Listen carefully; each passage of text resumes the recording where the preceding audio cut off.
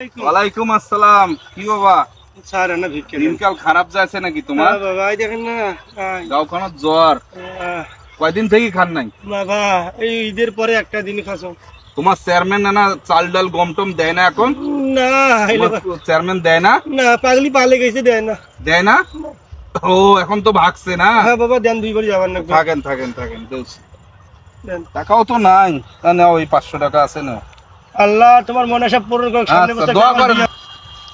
আসসালামু আলাইকুম। ওয়ালাইকুম আসসালাম। কি অবস্থা? 10টা টাকা দেন বাবা। আমার কাছে যে টাকা এখন নাই, তা পরে দিবে আর কি। এই বেটা সারা গোষ্ঠাটা আমার প্রায় এই পরে পরে করে 5 লাখ টাকা বাকি হয়ে গেছিল। কতদিন দেবেন তোমরা? ওরে সর্বনাশ, লেখিছেন হালকা কিসের লাগি যায়? এলা কিসে আমি কি গেরস্ত করে হালকা দেখাবো?